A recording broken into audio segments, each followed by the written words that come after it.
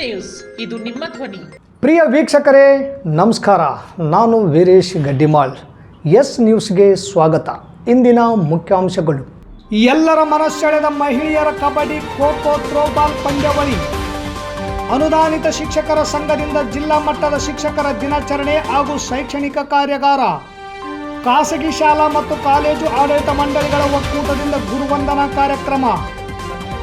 EO Chandrashekhar ಅವರು ನರೇಗಾ ಯೋಜನೆ, ವಿವಿಧ ಕಾಮಗಾರಿ ಮತ್ತು ಸರ್ಕಾರಿ ಶಾಲೆಗೆ ಭೇಟಿ ಪರಿಶೀಲನೆ. ಭೌತಿಕ ಹಾಗೂ ಭೌತಿಕ ವಿಕಾಸದ ಬೆಳವಣಿಗೆಗೆ ಸಮತೋಲನ ಆಹಾರ ಬಹಳ ಮುಖ್ಯ. ಶಂಕರ ದೇವರು ಹಿರೇಮಠ್. ವಾರ್ತೆಗಳ ವಿವರ. ಸಿಂಧನೂರು ದಸರಾ ಉತ್ಸವದ ಅಂಗವಾಗಿ ಇಂದು ಶನಿವಾರ ಸರ್ಕಾರಿ ಪದವಿ ಕಾಲೇಜಿನ ಮೈದಾನದಲ್ಲಿ ಮಹಿಳೆಯರಿಂದ ಕಬಡ್ಡಿ, ಖೋ-ಖೋ, ಥ್ರೋಬಾಲ್ ಪಂದ್ಯಾವಳಿಗಳು ನಡೆದವು. 500ಕ್ಕೂ ಹೆಚ್ಚು ಮಹಿಳೆಯರು ಈ ಸ್ಪರ್ಧೆಯಲ್ಲಿ ಭಾಗವಹಿಸಿದ್ದು ವಿಶೇಷವಾಗಿತ್ತು. ಮುಂದಿನ ತಿಂಗಳು ಅಕ್ಟೋಬರ್ 4ರಿಂದ 12ರವರೆಗೆ ನಡೆಯುವ ಸಿಂಧನೂರು ದಸರಾ ಉತ್ಸವದ ಅಂಗವಾಗಿ ನಗರದ ಸರ್ಕಾರಿ ಪದವಿ ಕಾಲೇಜಿನ ಮೈದಾನದಲ್ಲಿ ಕಬಡ್ಡಿ, ಖೋ-ಖೋ, ಥ್ರೋಬಾಲ್ ಪಂದ್ಯಾವಳಿಗಳು ನಡೆದವು. ಈ ಸ್ಪರ್ಧೆಯ ಉದ್ಘಾಟನಾ ಪಂದ್ಯಾವಳಿಯನ್ನು ಮಾಜಿ ಸಚಿವರಾದ ವೆಂಕಟರಾವ್ ನಾಡಗೌಡರು ಉದ್ಘಾಟಿಸಿ ಎಲ್ಲ ಆಟಗಾರರಿಗೆ ಶುಭ ಕೋರಿದರು. ಈ ಪಂದ್ಯಾವಳಿಯಲ್ಲಿ ಕಬಡ್ಡಿಯ 20 ತಂಡಗಳು ತಾಲೂಕಿನಿಂದ ಭಾಗವಹಿಸಿದ್ದವು. ಕಬಡ್ಡಿ ತಂಡದ ಪಂದ್ಯಾವಳಿ ನೋಡುಗರ ಮನಸೆಳೆಯಿತು. ಎಲ್ಲ ತಂಡಗಳು ಉತ್ತಮವಾಗಿ ಆಡಿದ್ದು ಹಾಗೂ ಪ್ರಪ್ರಥಮವಾಗಿ ಇಷ್ಟು ಜನ ಮಹಿಳೆಯರು, ಗೃಹಿಣಿಯರು ಭಾಗವಹಿಸಿದ್ದು ಖುಷಿ ತಂದಿದೆ ಎಂದು ಪ್ರಧಾನ ಕಾರ್ಯದರ್ಶಿ ಎಸ್ ದೇವೇಂದ್ರಗೌಡ ಹಾಗೂ ಕಾರ್ಯದರ್ಶಿ ಮಂಜುಳಾ ಪಾಟೀಲ್ ಹರ್ಷ ವ್ಯಕ್ತಪಡಿಸಿದರು. ಅಂತಿಮವಾಗಿ ದೇವಮ್ಮ ಮತ್ತು ತಂಡ ಜಾಲಿಹಾಳ್ ಪ್ರಥಮ ಹಾಗೂ ಕವಿತಾ ಮತ್ತು ತಂಡ ಪಗಡ್ದಿನ್ನಿ ದ್ವಿತೀಯ ಸ್ಥಾನ ಪಡೆದರು. ಬೆಸ್ಟ್ ರೈಡರ್ ರತ್ನಮ್ಮ ಮತ್ತು Sugamma, best defender Sridevi, best all rounder Bhuvaneshwari Mallapura ಪಡೆದುಕೊಂಡರು. ಅದೇ ರೀತಿ ಥ್ರೋಬಾಲ್ ಪಂದ್ಯಾವಳಿಯಲ್ಲಿ 14 ತಂಡಗಳು ಭಾಗವಹಿಸಿ ಸುಮಲತಾ ತಂಡ ಸಿಂಧನೂರು ಪ್ರಥಮ, ರಾಜೇಶ್ವರಿ ಮತ್ತು ತಂಡ ಗೊರೆಬಾಳ್ ದ್ವಿತೀಯ ಸ್ಥಾನ ಗಳಿಸಿದರು. ಖೋ-ಖೋ ಪಂದ್ಯಾವಳಿಯಲ್ಲಿ 12 ತಂಡಗಳು ಭಾಗವಹಿಸಿ ಅಂತಿಮವಾಗಿ ಮುಳ್ಳೂರು ತಂಡ ಪ್ರಥಮ, ಪಗಡದಿನ್ನಿ ತಂಡ ದ್ವಿತೀಯ ಸ್ಥಾನ ಪಡೆದಿದೆ ಎಂದು ಸಂಘಟಕರು ತಿಳಿಸಿದರು.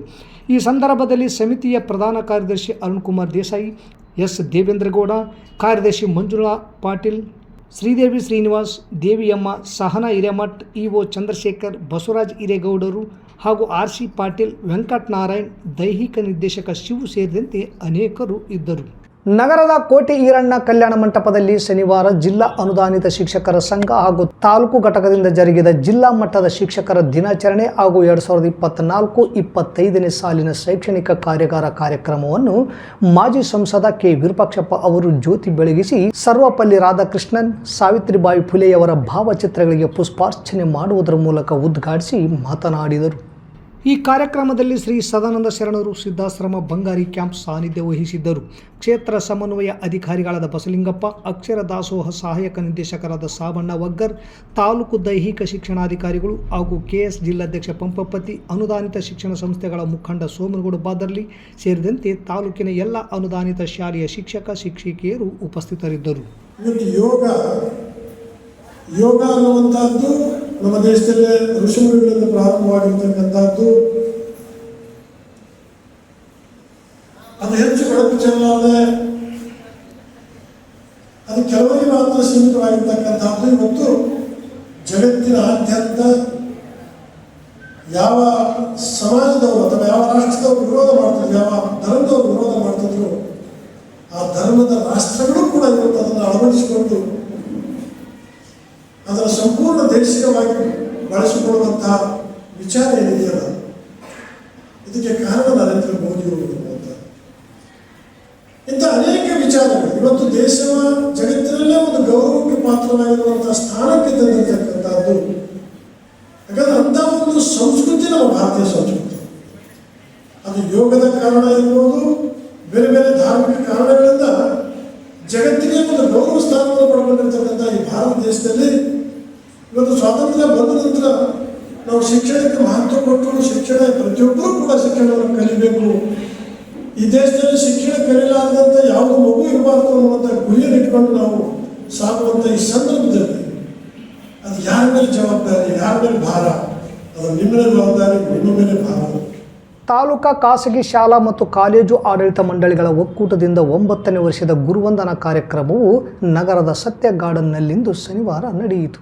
ವೃತ್ತಿ ಜೀವನದಲ್ಲಿ ದಶಕಗಳ ಕಾಲ ಕಾರ್ಯನಿರ್ವಹಿಸಿದ ಉಪಾಧ್ಯಾಯ ಹಾಗೂ ಉಪನ್ಯಾಸಕರಿಗೆ ಗೌರವಿಸಿ ಸನ್ಮಾನಿಸುವ ಕಾರ್ಯಕ್ರಮವನ್ನು ಮಾಜಿ ಸಚಿವ ವೆಂಕಟರಾವ್ ನಾಡಗೌಡ ಅವರು ಜ್ಯೋತಿ ಬೆಳಗಿಸುವುದರ ಮೂಲಕ ಉದ್ಘಾಟಿಸಿ ಮಾತನಾಡಿದರು.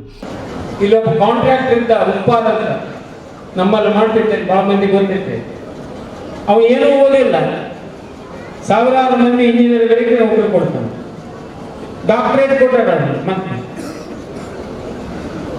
ಬುದ್ಧಿನೇ ಇಲ್ಲ, ಓದಿಲ್ಲ, ನಾನು ಸಹಿ ಮಾಡಕ್ಕಂತ ಬರ್ತೇನೆ. ವಿದ್ಯೆಗೂ ಬುದ್ಧಿಗೂ ಸಂಬಂಧನೇ ಇಲ್ಲ. ವಿದ್ಯೆ ಇದ್ದವರಷ್ಟೇ ಬದುಕಿದ್ದಾರೆ ಅಂತೆಲ್ಲ, ಬುದ್ಧಿ ಇದ್ದವರು ನಿಮ್ಗಿಂತ ಭಾಳ ಜನ ಬದುಕಿ ಹೋಗ್ಯಾರ. ಕಾಮರಾಜ ನಾಯ್ಡುಗೆ ಬಹಳ ದೊಡ್ಡ ಬುದ್ಧಿವಂತ ಅಲ್ಲ, ಈ ದೇಶದ ಕಾಂಗ್ರೆಸ್ಸಿನ ಅಧ್ಯಕ್ಷ ಆಗಿ ಹೋಗಿ ಅಂತ ಬೇಕಾದಷ್ಟು ಉದಾಹರಣೆಗಳು ಸಿಗ್ತವೆ. ವಿದ್ಯೆ ಜೊತೆಗೆ ವಿದ್ಯೆ ಸಂಸ್ಕಾರದಿಂದ ಬರಬೇಕು, ಅಂದಾಗ ಮಾತ್ರ ನಾಡು ಕಟ್ಟ ಮಕ್ಕಳು ತಯಾರಾಗ್ತಾರೆ. ಅಂತ ಮಕ್ಕಳನ್ನ ತಯಾರು ಮಾಡುವ ಜವಾಬ್ದಾರಿ ಎಲ್ಲ ಶಿಕ್ಷಣ ಸಂಸ್ಥೆಗಳ ಶಿಕ್ಷಕರ ಮೇಲಿದೆ. ನೀವು ಜವಾಬ್ದಾರಿಯನ್ನ ವಹಿಸ್ಕೋಬೇಕು. ನನ್ನ ಮಗು ತನ್ನ ಬದುಕನ್ನು ತಾನು ಕಟ್ಕೋಬೇಕು. ಒಂದೊಂದ್ಸರಿ ನನಗೂ ಅನಿಸ್ತದೆ, ನಾನು ಕಲಿತ ವಿದ್ಯೆ ನನ್ನ ಬದುಕಿಗೆ ಎಷ್ಟು ಆಸರೆ ಆಗಿದೆ, ಏನು ಆಸರೆ ಆಗಿದೆ, ಎಂಥ ವಿದ್ಯೆಯನ್ನು ನಾವು ಮಕ್ಕಳಿಗೆ ಕೊಡ್ತಾ ಇದ್ದೀವಿ. ಅವನು ಹೊರಗೆ ಹೋದ ಮೇಲೆ ತನ್ನ ಬದುಕನ್ನು ಕಟ್ಕೋಬೇಕಲ್ಲ, ಕಟ್ಟಿಕೊಳ್ಳೋದಕ್ಕೆ ಬೇಕಾದ ವಿದ್ಯೆಯನ್ನು ಕೊಡಬೇಕಾಗಿದೆ. ಈಗ ಬರೀ ನಾನು ಡಿಗ್ರಿ ಮಾಡಿದ್ದೀನಿ ಅಂದ್ರೆ ಎಲ್ಲೂ ನಡೆಯಂಗಿಲ್ಲ. ಏನು ಕ್ವಾಲಿಫಿಕೇಶನ್ ಇದ್ರು ಹೊರಗೆ ಹೋಗಿ ಕೊನೆಯ ಪಕ್ಷ ಅವನು ಯಾರಾದ್ರೂ ಅಂಗಡಿಗೆ ಹೋಗಿ ಗುಮಾಸ್ತಾಗಿ ಬದುಕಲ್ವನ್ನು ಕಲಿಸ್ಬೇಕು ನಾವು. ಅಷ್ಟಾದರೂ ಶಿಕ್ಷಣ ಸಂಸ್ಥೆಗಳಿಂದ ಕಲೀಲಿಲ್ಲ ಅಂದ್ರೆ ಅವನು ಕಲಿತು ಏನ್ ಮಾಡ್ಬೇಕು? ಇವತ್ತು BA ಮಾಡಿ ಹೊರಗೆ ಬರ್ತಾರೆ.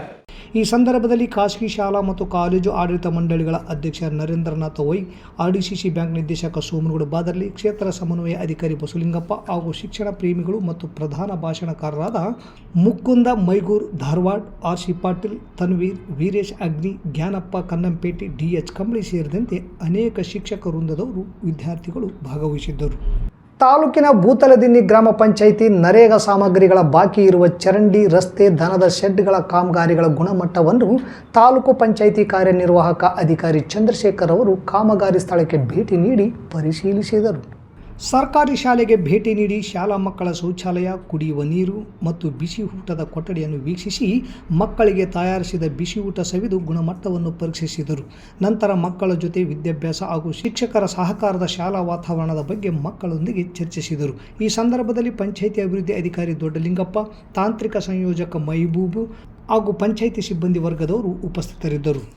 ತಾಲೂಕಿನ ದುಗ್ಗಮ್ಮನಗುಂಡ ಗ್ರಾಮದ ಸರ್ಕಾರಿ ಕಿರಿಯ ಪ್ರಾಥಮಿಕ ಶಾಲೆಯಲ್ಲಿ ನಡೆದ ಸಂಭ್ರಮ ಶನಿವಾರದ ಅಂಗವಾಗಿ ನೋ ಬ್ಯಾಗ್ ಡೇ ಚಟುವಟಿಕೆಯಲ್ಲಿ ಪೌಷ್ಟಿಕತೆ, ಸ್ವಾಸ್ಥ್ಯ ಮತ್ತು ಶುಚಿತ್ವದ ಕುರಿತಾದ ಚಟುವಟಿಕೆಯನ್ನು ಮಾಡಿಸಲಾಯಿತು. ಬೌದ್ಧಿಕ ಹಾಗೂ ಭೌತಿಕ ವಿಕಾಸದ ಬೆಳವಣಿಗೆಗೆ ಸಮತೋಲನ ಆಹಾರ ಬಹಳ ಮುಖ್ಯ ಎಂದು ಮುಖ್ಯ ಗುರುಗಳಾದ ಶಂಕರ್ ದೇವರ್ ಹಿರೇಮಠ ಅವರು ಹೇಳಿದರು. ವಿದ್ಯಾರ್ಥಿಗಳು ಉತ್ತಮ ಆಹಾರ ಸೇವನೆ ಮಾಡುವ ಜೊತೆಗೆ ವೈಯಕ್ತಿಕ ಸ್ವಚ್ಛತೆ ಬಗ್ಗೆ ಗಮನ ಹರಿಸಬೇಕು. ಸ್ವಚ್ಛತೆ ಅಭ್ಯಾಸ ಬೆಳೆಸಿಕೊಳ್ಳಬೇಕು. ಚಟುವಟಿಕೆಗಳು ವಿದ್ಯಾರ್ಥಿಗಳ ಕಲಿಕೆಗೆ ಪೂರಕವಾದ ಸಹಪಠ್ಯಗಳಾಗಿವೆ. ಅವುಗಳನ್ನು ತಮ್ಮ ದಿನನಿತ್ಯದ ಜೀವನದಲ್ಲಿ ಅಳವಡಿಸಿಕೊಳ್ಳಲು ವಿದ್ಯಾರ್ಥಿಗಳು ಪ್ರಯತ್ನಿಸಬೇಕೆಂದು ಸಲಹೆ ನೀಡಿದರು. ಪ್ರತಿ ತಿಂಗಳು 3ನೇ ಸಂಭ್ರಮ ಶನಿವಾರ ಬ್ಯಾಗ್ ರಹಿತ ದಿನವಾಗಿದ್ದು, ವಿದ್ಯಾರ್ಥಿಗಳಿಗೆ ಅರಿವು, ಅನುಭವ ಹಾಗೂ ಅವಲೋಕನ ಈ 3 ಅಂಶಗಳ ಕುರಿತು ಈ ಚಟುವಟಿಕೆ ಇದ್ದು ಮಕ್ಕಳು ಸಂತಸದಾಯಕ ಕಲಿಕೆಗೆ ಪೂರಕವಾಗಿದೆ ಎಂದು ಅತಿಥಿ ಶಿಕ್ಷಕ ಪ್ರದೀಪ್ ಕುಮಾರ್ ಹೇಳಿದರು. 1ರಿಂದ 3ನೇ ತರಗತಿ ವಿದ್ಯಾರ್ಥಿಗಳಿಗೆ ನನ್ನ ಊಟ ನನ್ನ ಆಯ್ಕೆ, 4 ಮತ್ತು 5ನೇ ತರಗತಿ ವಿದ್ಯಾರ್ಥಿಗಳಿಗೆ ನನಗೆ ಯಾವ ಆಹಾರ ಆರೋಗ್ಯಕರ ವಿಷಯದ ಕುರಿತಾಗಿ ಅಭಿಪ್ರಾಯ ಹಂಚಿಕೆಯನ್ನು ಮಂಡಿಸಲಾಯಿತು. ಈ ಸಂದರ್ಭದಲ್ಲಿ ಮುಖ್ಯ ಅಡುಗೆ ಸಿಬ್ಬಂದಿ ರೇಣುಕಾ, ಅಂಗನವಾಡಿ ಶಿಕ್ಷಕಿ ಭಾಗ್ಯಶ್ರೀ ಉಪಸ್ಥಿತರಿದ್ದರು. ಮತ್ತೊಮ್ಮೆ ಮುಖ್ಯಾಂಶಗಳು. ಎಲ್ಲರ ಮನಸೆಳೆದ ಮಹಿಳೆಯರ ಕಬಡ್ಡಿ, ಖೋ-ಖೋ, ಥ್ರೋಬಾಲ್ ಪಂದ್ಯಾವಳಿ. ಅನುದಾನಿತ ಶಿಕ್ಷಕರ ಸಂಘದಿಂದ ಜಿಲ್ಲಾ ಮಟ್ಟದ ಶಿಕ್ಷಕರ ದಿನಾಚರಣೆ ಹಾಗೂ ಶೈಕ್ಷಣಿಕ ಕಾರ್ಯಾಗಾರ.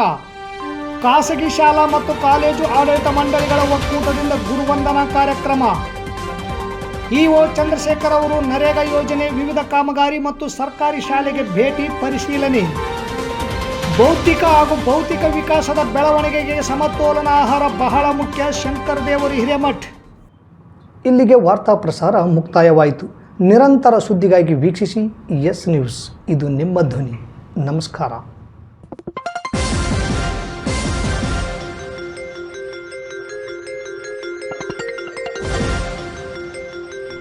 ಎಸ್ ನ್ಯೂಸ್, ಇದು ನಿಮ್ಮ ಧ್ವನಿ.